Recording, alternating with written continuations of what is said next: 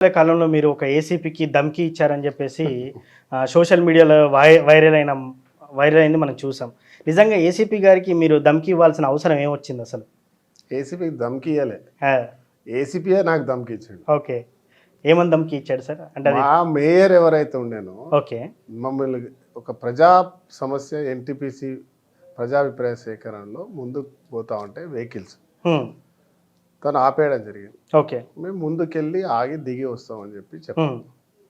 శాసనసభ్యుడిగా నేను అధికారికంగా పోవచ్చు, కానీ ఓకే. నేను ప్రజల పక్షాన నిలబడి ప్రజా వాయిస్ గొంతుగా పోవాలనే ఒక నిర్ణయంతో ఉన్నాం. నాతో పాటు అనేక మంది ప్రజలు రావడం జరిగింది. ఓకే.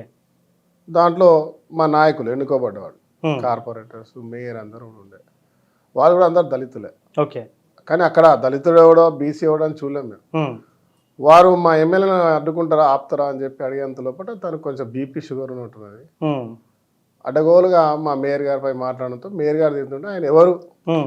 ఎందుకు అరుస్తున్నావా అని చెప్పి నేను మాట్లాడడం జరిగింది. అయితే హ్మ్. ఆడ జరిగిన సంఘటన ఏం జరగలేదు, కానీ హ్మ్. పోలీసులు ఆర్గ్యుమెంట్ చేసుకుంటే అది పెద్ద సమస్యకరం ఉంటుంది. అవును, చూసాం అది కూడా. అంతే, అసలు ఆ సమస్య లేదు. హ్మ్. ఆ రకంగా ఉండేది ఉంటే నేను వెరీ నెక్స్ట్ డే ముఖ్యమంత్రి గారి దగ్గర పోయి చెప్పి జిద్దు కూర్చొని ఆయన ట్రాన్స్ఫర్ చేసేటోళ్ళం. హ్మ్. అట్లాంటి వ్యక్తిత్వం మాది కాదు. హ్మ్. ఎస్, మరి పరిస్థితి ఎవరికి ఇచ్చే సద్దుమణిగిందంటారా? గౌరవం వాళ్ళకి ఇవ్వాలి. ఓకే. దాన్ని ఎలివేట్ చేయడానికి పింక్ మీడియా అనేది ఎట్లా ఉంది, హ్మ్.